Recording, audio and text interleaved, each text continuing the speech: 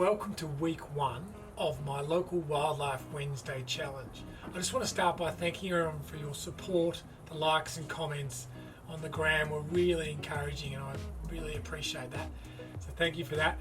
I'm super excited to introduce my first species. It's an animal we find around your homes all the time. You might not even know what it's called, but you definitely know what it is.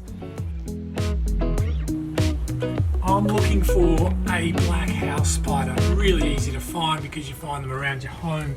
They are everywhere all over the houses, and I feel like at the moment there's an explosion of cobwebs around people's homes, mainly because of this spider. This is the most common spider you're going to find. A very cool animal. I found one here. I'm going to try and coax out. She's really fast.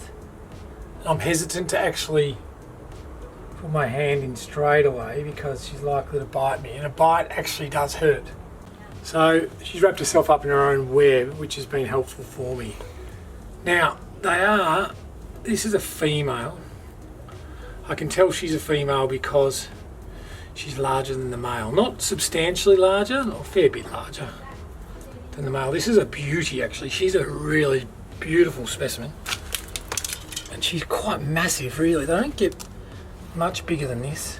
Those fangs, those downward facing fangs, are an indication she's a primitive spider. So she is part of the same group that tarantulas and funnel webs are. She's often confused with a funnel web because she makes a funnel web in the corner of your house and paling fences all around. Unlike the funnel web spider, a bite from a black house spider is not potentially fatal. Localised itchiness and swelling can occur, but otherwise it's pretty okay. When she makes her nest, she will stay there.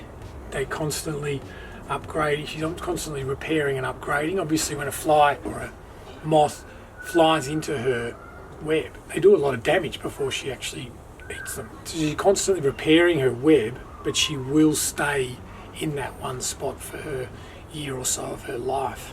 When you come across one of these spiders, you might notice some spiderlings within the web or within the funnel part of her home, because she, unlike a lot of invertebrates, she actually sort of allows her offspring to hang around. They don't just flee.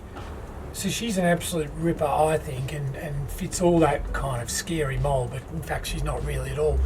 If you do come across her at your house and you don't want cobwebs and spiders in the corner of your windows, I totally understand that.